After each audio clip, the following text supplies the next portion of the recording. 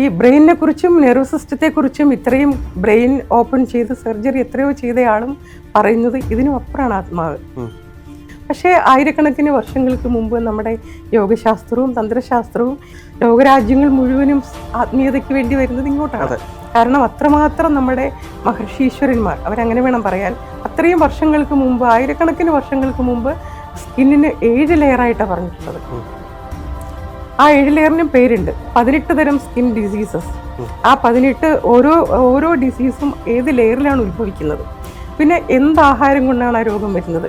ഇപ്പോൾ ആയുർവേദത്തെയൊക്കെ അത് ശരിയല്ല എന്ന് പറയുന്ന ഒരുപാട് യുക്തിവാദികളും നിരീശ്വരവാദികളും മോഡേൺ സയൻസ് കൈകാര്യം ചെയ്യുന്നവരൊക്കെ ഉണ്ട്. ക്യാൻസർ വരെ, ബോൺ മാരോ ക്യാൻസർ വരെ കുട്ടികളില്ലാത്തവർക്ക്. അപ്പോൾ കോടാനുകൂടി ആറ്റങ്ങളാൽ നിർമ്മിതമാണ് നമ്മളുടെ ശരീരം. ഇവിടെ ശൂന്യതയല്ലേ കൂടുതൽ. അപ്പോൾ നമ്മൾ സോളിഡാന്ന് വിചാരിക്കുന്നത് തെറ്റല്ലേ? അപ്പോൾ നമ്മൾ കാണുന്നതല്ല ശരി. ഈ ബ്രെയിനിനെ കുറിച്ചും നെർവസ് സിസ്റ്റത്തെക്കുറിച്ചും ഇത്രയും പഠിച്ചയാളും ബ്രെയിൻ ഓപ്പൺ ചെയ്ത് സർജറി എത്രയോ ചെയ്തയാളും പറയുന്നത് ഇതിനും അപ്പുറമാണ് ആത്മാവ്. അപ്പോൾ അത് കണ്ടുപിടിക്കാൻ പറ്റില്ല. അതിന് അത്രയും സാധനയിലാണ് അദ്ദേഹം വിശ്വസിക്കുന്നത്. അതുകൊണ്ട് മാത്രമേ അവിടെ എത്താൻ പറ്റൂ എന്ന് അദ്ദേഹം പറയുന്നു. ഇനിയും ധാരാളം കാര്യങ്ങൾ കണ്ടുപിടിക്കാനുണ്ട് എന്നും പറയുന്നു. പക്ഷേ ആയിരക്കണക്കിന് വർഷങ്ങൾക്ക് മുമ്പ് നമ്മുടെ യോഗശാസ്ത്രവും തന്ത്രശാസ്ത്രവും ഈ എനർജി ലെവലിലാണ് നമ്മുടെ പരീക്ഷണങ്ങൾ മുഴുവനും. ഇത്ര ആധ്യാത്മികമായിട്ട് ഇത്ര ഉയർന്ന ഒരു രാജ്യം വേറെ ഇല്ലല്ലോ. ലോകരാജ്യങ്ങൾ മുഴുവനും ആത്മീയതയ്ക്ക് വേണ്ടി വരുന്നത് ഇങ്ങോട്ടാണ്. കാരണം അത്രമാത്രം നമ്മുടെ മഹർഷീശ്വരന്മാർ, അവരങ്ങനെ വേണം പറയാൻ, അവര് ഇതിൽ ഗവേഷണം നടത്തിയിട്ടുണ്ട്. പക്ഷേ ഇന്ന് ഇപ്പോഴും ആളുകൾ ഇതൊന്നും ഇല്ല, ഇതൊക്കെ വെറും തട്ടിപ്പാണ്. കാരണം നമ്മുടെ വിദ്യാഭ്യാസ രീതി അങ്ങനെയായിരുന്നു. നമ്മൾ മോഡേൺ സയൻസ് മാത്രം പഠിച്ചു വരുന്നു. ഞാൻ BSc സുവോളജി ആയിരുന്നു. ഫിസിക്സും കെമിസ്ട്രിയും ഒക്കെ പഠിച്ചിട്ട് ആയുർവേദം പഠിക്കാൻ ചെല്ലുമ്പോൾ അതൊരു വേറൊരു ലോകമാണത്. പക്ഷെ അതിനോട് എനിക്ക് താല്പര്യമുള്ളത് കൊണ്ടാണ് അത് പഠിക്കാൻ പറ്റുന്നത്. പലരും പഠിക്കാൻ പറ്റാതെ പിരിഞ്ഞു പോകുന്നവരുണ്ട്. പക്ഷേ നമ്മളൊരു മെഡിറ്റേഷൻ ഒരാൾ ഇഷ്ടപ്പെടുന്നത് പോലെ തന്നെയാണ് അതും ഇഷ്ടപ്പെടുക. കാരണം അത് മനനം കൊണ്ട് അറിയേണ്ട കാര്യങ്ങളാണ്, അതിനകത്ത് പറയുന്നില്ല. ഈ സയൻസ് ഇത്രയും പഠിച്ചിട്ടും അത്ഭുതം തോന്നാത്ത എനിക്ക് ആയുർവേദം പഠിക്കുമ്പോൾ പല കാര്യങ്ങളും പഠിക്കുമ്പോഴാണ് അത്ഭുതം തോന്നുന്നത്. എങ്ങനെയാണ് ഇവർ കണ്ടുപിടിച്ചത്? ഇപ്പോൾ സ്കിന്നിനെ അത്രയും വർഷങ്ങൾക്ക് മുമ്പ്, ആയിരക്കണക്കിന് വർഷങ്ങൾക്ക് മുമ്പ് സ്കിന്നിന് 7 ലെയറായിട്ടാണ് പറഞ്ഞിട്ടുള്ളത്. ആ 7 ലെയറിനും പേരുണ്ട്. 18 തരം സ്കിൻ ഡിസീസസ്. ആ 18 ഓരോ ഡിസീസും ഏത് ലെയറിലാണ് ഉത്ഭവിക്കുന്നത്, പിന്നെ എന്താഹാരം കൊണ്ടാണ് ആ രോഗം വരുന്നത്. ഇപ്പോൾ ആയുർവേദത്തെയൊക്കെ അത് ശരിയല്ല എന്ന് പറയുന്ന ഒരുപാട് യുക്തിവാദികളും നിരീശ്വരവാദികളും മോഡേൺ സയൻസ് കൈകാര്യം ചെയ്യുന്നവരൊക്കെ ഉണ്ട്. പക്ഷേ അത് ഒരു ബുക്ക് വായിച്ചാലൊന്നും മനസ്സിലാവുന്നതല്ല. കാരണം അതിൻ്റെ ബേസിക് മുതൽ പഠിച്ചു തുടങ്ങണം. എന്തുകൊണ്ട് ഞങ്ങൾക്കത് മനസ്സിലായി? അങ്ങനെ പഠിച്ച് വന്നാലേ അത് മനസ്സിലാവുള്ളൂ. എൻ്റെ ഭാഷ മനസ്സിലാവണം. ഇത് മഹാഭാരതം രാമായണമൊക്കെ പോലെ ശ്ലോക രൂപത്തിലാണ് എല്ലാം എഴുതിയിട്ടുള്ളത്. കുറച്ചൊരു കാവ്യാത്മകമാണ്. അതുകൊണ്ട് ചിലതൊക്കെ കുറച്ച് പൊടിപ്പും തൊങ്ങലും കഥ പോലെയൊക്കെ പറയും. അങ്ങനെ പറഞ്ഞെന്ന് വരാം. പക്ഷെ അത് വേണ്ടത് നമ്മൾ കൊള്ളുകയും വേണ്ടാത്തത് മാറ്റുകയും ചെയ്യാം. പല മിത്തുകളൊക്കെ അതിനകത്ത് കൊണ്ടുവരും. നമ്മൊരു ആയുർവേദ ഡോക്ടർ ആയതുകൊണ്ട് ചോദിക്കുകയാണ്, ഈ ആയുർവേദത്തെ പലപ്പോഴും ഇവിടുത്തെ ആളുകൾ കൃത്യമായിട്ട് ഉപയോഗിക്കുന്നില്ല എന്നൊരു തോന്നൽ വരുന്നുണ്ടോ? അതായത് ഇപ്പോൾ എല്ലാവരും മോഡേൺ മെഡിസിന് പുറകെയാണ് പോകുന്നത്. പക്ഷേ ഈ ആയുർവേദത്തെ കുറച്ചുകൂടെ സയൻറ്റിഫിക്കൽ അല്ലെങ്കിൽ മോഡേൺ മെഡിസിനുമായിട്ട് കമ്പയർ ചെയ്ത് കൊണ്ടുപോയി കഴിഞ്ഞാൽ കുറച്ചുകൂടെ നന്നായിരുന്നു എന്ന് തോന്നിയിട്ടുണ്ടോ എപ്പോഴും? തീർച്ചയായിട്ടും. എനിക്ക് അലോപ്പതിയും നന്നായി അറിയാം. ഞങ്ങൾ മോഡേൺ സയൻസ് നന്നായിട്ട് പഠിക്കുന്നവരാ. നമ്മുടെ സിലബസ് തന്നെ നോക്കിയാൽ അറിയാം. മോഡേൺ മെഡിസിനിൽ ആ മരുന്നുകളല്ലാതെ ബാക്കി മുഴുവനും നമുക്ക് MBBSൻ്റെ സിലബസ് നമുക്കുണ്ട്. അതുകൊണ്ട് തന്നെ നമുക്ക് അതും പഠിക്കാൻ എളുപ്പമാണ്. അപ്പോൾ ഞാൻ പഠിക്കുന്ന സമയത്ത് ഫൈനൽ ഇയറും ഹൗസ് സർജൻസി ടൈമിലൊക്കെ വർക്ക് ചെയ്ത ഹോസ്പിറ്റൽ എന്ന് പറയുമ്പോൾ അലോപ്പതിയും കൂടെ ഉള്ള ഹോസ്പിറ്റലാണ്. അപ്പോൾ എമർജൻസി കേസുകളൊക്കെ എനിക്കും എടുക്കേണ്ടി വന്നിട്ടുണ്ട്. നൈറ്റിലും ഞാൻ RMO ആണ് അവിടുത്തെ. അപ്പോൾ എല്ലാം ഞാൻ എടുക്കും. അപ്പോൾ എന്താണ് വേണ്ടത് എല്ലാം ഞാൻ ചെയ്യുകയും ചെയ്യും. അതുകൊണ്ട് എനിക്കറിയാം നമുക്ക് എല്ലാം ശരിക്കും പറഞ്ഞാൽ എല്ലാം കമ്പൈൻ ചെയ്താണ് ചെയ്യേണ്ടത്. പിന്നെ ചിലർ പറയും ആയുർവേദം ഇനിയും തെളിയിക്കപ്പെടേണ്ടിയിരിക്കുന്നു, അല്ലേ, ഒരുപാട് റിസർച്ച് നടക്കണം എന്ന് പറയും. ഇത് മോഡേൺ സ്റ്റാൻഡർഡൈസേഷൻ ഉപയോഗിച്ചിട്ടല്ല നോക്കേണ്ടത്.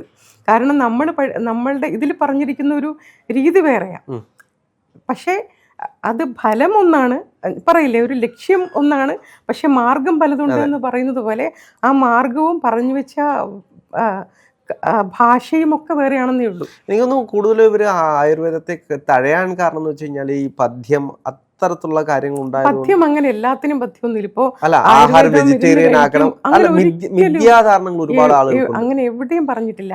ഇപ്പൊ കാൽസ്യം കുറവുള്ള ഒരാൾക്ക് ഈ കാൽസ്യം കിട്ടുന്ന തരം മത്സ്യമാംസങ്ങൾ കഴിക്കാനാണ് പറയാ. എല്ലിന്റെ സൂപ്പൊക്കെ കഴിക്കാനാണ് നമ്മൾ പറയാ.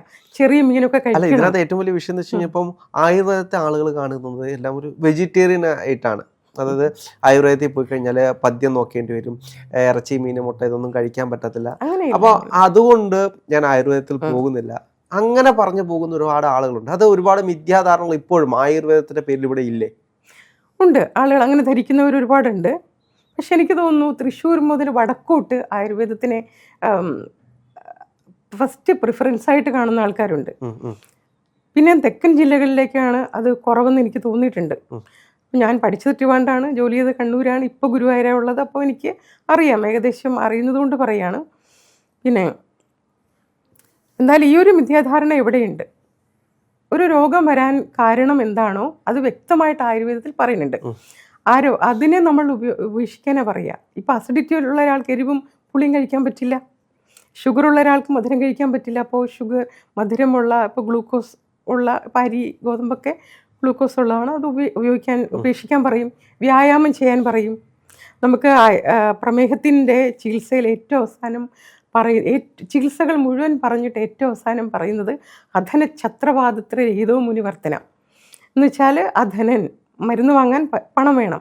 പണം ഒട്ടും ഇല്ലാത്ത ഒരാളാണെങ്കിൽ തനിയെ ഒരു പശുവിനെ അഴിച്ചു വിട്ടിട്ട്, പണ്ടുകാലത്ത് പശുക്കളെല്ലാവർക്കും കൃഷിയുണ്ടല്ലോ, അപ്പോൾ പശുവിനെ അഴിച്ചു വിട്ടിട്ട് അതിൻ്റെ കൂടെ ഇങ്ങനെ നടന്നോളുക. കാരണം അതിങ്ങനെ കാടും മേടും ഒക്കെ താണ്ടി ഇങ്ങനെ നടക്കും. അത് വ്യായാമമാണല്ലോ. പിന്നെ ഒറ്റയ്ക്ക് ഒരു കിണർ കുഴിക്കുക. അപ്പോൾ വ്യായാമത്തിനാണ് മരുന്നിനേക്കാളും, അല്ലെങ്കിൽ മരുന്നിനോളം തന്നെ ഇമ്പോർട്ടൻസ് വ്യായാമത്തിനുണ്ട് പ്രമേഹത്തിനെന്നാണ് അന്നേ പറഞ്ഞു വെച്ചിട്ടുണ്ട്. വ്യായാമം ചെയ്യുന്നവർക്ക് കുഴപ്പമൊന്നും വരില്ല. അപ്പം അങ്ങനെ വ്യായാമം ചെയ്യാത്തതുകൊണ്ടാണ് രോഗം വന്നത് കേട്ടോ. മാമിൻ്റെ അടുത്തേക്ക് വരുന്ന ഈ രോഗികളുണ്ടല്ലോ, ഈ രോഗികൾക്ക് എപ്പോഴെങ്കിലും റേക്കി കൊടുത്തിട്ടുണ്ടോ? അതായത് റേക്കി വെച്ച് ഹീൽ ചെയ്തിട്ടുണ്ടോ? 2002 മുതൽ എൻ്റെ ഒരു പരീക്ഷണമാണ്. ഞാൻ സയൻസ് പഠിച്ചതുകൊണ്ട് തന്നെ അങ്ങനെ ഒരു ലോജിക്ക് വെച്ച് നോക്കുന്ന ഒരു രീതി കൂടെ എനിക്കുണ്ട്. ഈ സ്പിരിച്വാലിറ്റി ഒക്കെ ഇഷ്ടമാണ്, ഇതെല്ലാം ചെയ്യും. എങ്കിലും ഞാൻ അങ്ങനെ ഒരു രീതിയിൽ, അങ്ങനെ ഒരു വീക്ഷണകോണ് കൂടെ എനിക്കുണ്ട്. അപ്പം ഞാൻ ഓരോ കേസുകൾക്കും ഓരോ കാര്യങ്ങൾക്കും എല്ലാം ഞാൻ പരീക്ഷിച്ചിട്ടുണ്ട്. അപ്പോൾ ക്യാൻസർ വരെ, ബോൺ മാരോ ക്യാൻസർ വരെ, കുട്ടികളില്ലാത്തവർക്ക് ഒക്കെ റേക്കി കൊടുത്തിട്ടുണ്ട്. പിന്നെ മരുന്ന് കൊണ്ടൊന്നും മാറാൻ പറ്റാത്ത സിവിയർ കേസുകളുണ്ടല്ലേ, ക്രോണിക് ആൻഡ് സിവിയർ കേസുകൾക്കൊക്കെ റേക്കി കൊടുക്കും. ഇപ്പോഴും അങ്ങനെയാണ്, മരുന്നുകൊണ്ട് മാറില്ല എന്നുള്ള, അല്ലെങ്കിൽ അത്രയും ക്രോണിക് ആയിട്ടുള്ള കേസുകൾക്കെല്ലാം റേക്കി കൊടുക്കും. ഇപ്പോൾ അങ്ങനെയുള്ള കേസുകൾ ഞാൻ പഠിപ്പിക്കുക ചെയ്യാം 100%. ഇപ്പോൾ ആയുർവേദം, യോഗ, റേക്കി, സുജോ, അക്യുപഞ്ചർ 2004 പഠിച്ചിട്ടുണ്ട്. സുജോക്ക് 2017 പഠിച്ചത്. സുജോക്ക് അത് കൊറിയൻ ട്രീറ്റ്മെൻറ്റാണ്. പിന്നെ തിബറ്റിൻ മർമ്മ, അത് കാൽപാദത്തിൽ അവർക്ക് ചില ടൂൾസ് ഒക്കെ ഉണ്ട്, തിബറ്റിൻ മർമ്മ. പിന്നെ ജർമ്മനിയുടെ ഒരു നമ്മുടെ സ്പൈൻ കറക്റ്റ് ചെയ്യുന്നൊരു ട്രീറ്റ്മെൻറ്റ്, ഡൗൺ തെറാപ്പി. പിന്നെ hypnotherapy, NLP neuro linguistic programming. പിന്നെ പഞ്ചകർമ്മയൊക്കെ നമുക്ക് എല്ലാ കേസുകളിലും ചെയ്യുന്നു. പഞ്ചകർമ്മ ട്രീറ്റ്മെൻറ്റ് ആയുർവേദത്തിൽ ഇമ്പോർട്ടൻ്റ് ആണല്ലോ. ഇനി ആയുർവേദത്തിൽ തന്നെ ശല്യതന്ത്ര, നമ്മുടെ സർജറി വിഭാഗം ശല്യതന്ത്രയാണ്. അതിൽ അഗ്നികർമ്മം, ക്ഷാരകർമ്മം പഠിച്ചിട്ടുണ്ട്.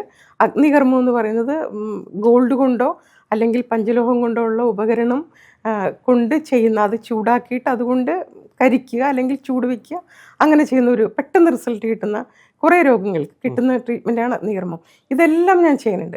പക്ഷെ ഞാൻ പറയും 100% റിസൾട്ട് റേക്കിയാണ്. ഈ ആയിരക്കണക്കിന്, ഞാനിപ്പോൾ ഗുരുവായൂർ ആശുപത്രി എന്ന് പറയുമ്പോൾ താലൂക്ക് ആശുപത്രിയാണ്, ഒരു ദിവസം ഒരു 200-250 OPS ഉണ്ടാവും. അതും താലൂക്ക് ഹോസ്പിറ്റൽ ആയതുകൊണ്ട് തന്നെ റെഫറൽ കേസുകളും, പിന്നെ ഞാൻ ഈ ക്ലാസ്സുകളൊക്കെ എടുക്കുന്നത് കൊണ്ടും, ക്ലാസ് ആരോഗ്യ സംബന്ധമായിട്ടുള്ള ക്ലാസ് എല്ലായിടത്തും എടുക്കും. അപ്പോൾ അങ്ങനെ എടുക്കുന്നത് കൊണ്ട് എനിക്ക് ധാരാളം അങ്ങനത്തെ കേസുകൾ വരും. ക്യാൻസർ വരെയുള്ള കേസുകളൊക്കെ വരാറുണ്ട്. അപ്പോൾ ഞാൻ എല്ലാ കേസുകളിലും പല പല ട്രീറ്റ്മെൻറ്റ് കൊടുക്കും. അത്രയും എക്സ്പീരിയൻസിൽ നിന്ന് പറയുകയാണ്, ലക്ഷക്കണക്കിന് രോഗികളെ ചികിത്സിച്ചതും കണ്ടിട്ടുള്ളതും അല്ലെങ്കിൽ ഇത്തരം ചികിത്സകൾ ഇത് വേറെ ആർക്കും അവകാശപ്പെടാൻ കഴിയില്ലെന്ന് തോന്നുന്നു. ഇല്ലെന്ന് തോന്നുന്നു. എന്ന് വെച്ചാൽ ഇത്രയും ശാസ്ത്രങ്ങൾ പഠിച്ച നമ്മുടെ ആയുർവേദ ഡിപ്പാർട്ട്മെന്റിൽ വേറെ ആരെങ്കിലും ഉണ്ടോ എന്ന് എനിക്കും സംശയമാണ്. എനിക്ക് പല ചികിത്സാ രീതികൾ പഠിച്ച ഡോക്ടേഴ്സ് ഉണ്ട് കേട്ടോ. എനിക്കറിയുന്നവർ തന്നെ കുറേ ഉണ്ട്. അങ്ങനെയൊക്കെ പഠിക്കുന്നവരുടെ ഞങ്ങൾക്കൊരു ഗ്രൂപ്പ് തന്നെയുണ്ട്. ഇത്രയും ശാസ്ത്രങ്ങൾ ഞാൻ കൈകാര്യം ചെയ്യുന്ന പരീക്ഷണവും നിരീക്ഷണവും നടത്തിയതിൻ്റെ വെളിച്ചത്തിൽ ഞാൻ പറയാറുള്ളത് 100% റിസൾട്ട് റേക്കിക്കാണ്. കാരണം അത് എനർജി ഹീലിംഗ് ആണ്. നമ്മൾ തന്നെ എനർജി ആണെങ്കിൽ അപ്പോൾ എനർജിയുടെ ബ്ലോക്കാണ് രോഗത്തിന് കാരണം. ഇനി നമ്മുടെ ബോഡിയെക്കുറിച്ച് പറയാം. നമ്മൾ വിചാരിക്കുന്നു ഇതൊരു സോളിഡ് ആയിട്ടുള്ള ഒരു രൂപം ആണെന്നല്ലേ? പക്ഷെ സോളിഡ് അല്ല. ഇപ്പോൾ ഒരു ആറ്റത്തിനുള്ളിൽ ആറ്റം ഇത്ര ഉണ്ടെന്ന് വിചാരിച്ചു. ന്യൂക്ലിയസും ഇലക്ട്രോണുകൾ കറങ്ങുന്ന പാത്വേസും കൂടി അതിൻ്റെ ഓർബിറ്റും കൂടി ഇത്രയും വലിപ്പം ഉണ്ടെന്ന് വിചാരിക്കുക. അങ്ങനെയാണെങ്കിൽ ഇതിൽ എത്ര ഭാഗം അതിൻ്റെ പാർട്ടിക്കിൾസ് ഉണ്ട്? സെൻട്രൽ ന്യൂക്ലിയസ് ഉണ്ട്, ചുറ്റിനും അതിൻ്റെ ഓർബിറ്റിൽ ഇലക്ട്രോൺ കറങ്ങാണ്. പക്ഷെ ഈ ഒരു ഓർബിറ്റിൽ ഒരു ഭാഗത്തല്ലേ ഉണ്ടാവുള്ളൂ, അല്ലേ? ബാക്കി അത്രയും ഭാഗം ശൂന്യമാണ്. അപ്പം എത്ര ഓർബിറ്റ് ഉണ്ടോ അത്രയും ഭാഗവും, അപ്പം 90.999 ഭാഗം ശൂന്യമാണ്. ബാക്കി ഭാഗത്തേ ഉള്ളൂ ഈ പാർട്ടിക്കിൾ. അപ്പോൾ കോടാനുകൂടി ആറ്റങ്ങളാൽ നിർമ്മിതമാണ് നമ്മളുടെ ശരീരം. ഇവിടെ ശൂന്യതയല്ലേ കൂടുതൽ, അല്ലേ? അപ്പോൾ നമ്മൾ സോളിഡാന്ന് വിചാരിക്കുന്നത് തെറ്റല്ലേ? അപ്പോൾ നമ്മൾ കാണുന്നതല്ല ശരി. അത് ഈ പ്രപഞ്ചത്തെ പോലെ ശൂന്യമാണ്. അപ്പോൾ പൃഥ്വി, തേജോ, വായു, ആകാശങ്ങളായ പഞ്ചഭൂതങ്ങൾ ചേർന്നുണ്ടായ നമ്മളിങ്ങനെ സോളിഡായിട്ട് നമ്മൾ തോന്നുന്നേ ഉള്ളൂ. പക്ഷേ നമ്മുടെ ഉള്ളിൽ ശൂന്യമാണ് കൂടുതലും. അതും പുതിയൊരു അറിവാണ്. കാരണം നമ്മളെല്ലാം കേട്ടുള്ളത് എപ്പോഴും നമ്മൾ ബോഡി ഇപ്പോൾ ഒരു ഉപകരണം പോലെയാണല്ലോ. ഇപ്പോൾ ഒരു കല്ല് അല്ലെങ്കിൽ ഇതെല്ലാം സോളിഡാണ്. അപ്പോൾ അതേപോലെ സോളിഡ് അല്ല, ഒന്നും നമുക്ക് തോന്നുന്നതാണത്. നമ്മുടെ കാഴ്ചക്ക് അങ്ങനെയാണ് കാണുന്നത്. ഈ പ്രപഞ്ചത്തിന്റെ പ്രിന്റിങ് നമ്മളിലും ഉണ്ട്, അതേപോലെ തന്നെ ഉണ്ട്. ബ്ലൂ പ്രിന്റ് നമ്മുടെ ഉള്ളിലുണ്ട്. അപ്പോൾ നമ്മുടെ കാഴ്ചയാണത്. വേറൊരു ജീവി അങ്ങനെ കാണണമെന്നില്ല. ഇപ്പൊ ഞാൻ കാണുന്നത് പോലെ ആയിരിക്കില്ല നിങ്ങൾ കാണുന്നത്. ഞാൻ റെഡ് എന്ന് പറയും, നിങ്ങൾക്കത് പച്ചയെന്ന് തോന്നിയെന്നിരിക്കാം. അപ്പോൾ കാഴ്ച തന്നെ പലരുടെയും പല രീതിയിലായിരിക്കും. എന്തായാലും ഇതാണ് പറഞ്ഞു. ഇപ്പോൾ വാട്ടർ അതൊരു ലിക്വിഡായിട്ട് നമുക്ക് തോന്നും. പക്ഷേ വാട്ടർ എങ്ങനെയാണ് ഉണ്ടാവുന്നത്? ഹൈഡ്രജനും ഓക്സിജനും. അത് രണ്ട് വാതകമായിരുന്നില്ലേ? രണ്ട് വാതകം ചേർന്നപ്പോൾ വെള്ളം ഉണ്ടായി, ലിക്വിഡ് ഉണ്ടായി എന്ന് പറയുന്നത് പോലെ തന്നെയാണ് ഈ പ്രപഞ്ചത്തിലെല്ലാം. നമ്മള് മണിപൂരത്തിൽ വെച്ച് നിർത്തിയിരിക്കുകയായിരുന്നു. അപ്പോൾ അനാഹത ചക്രം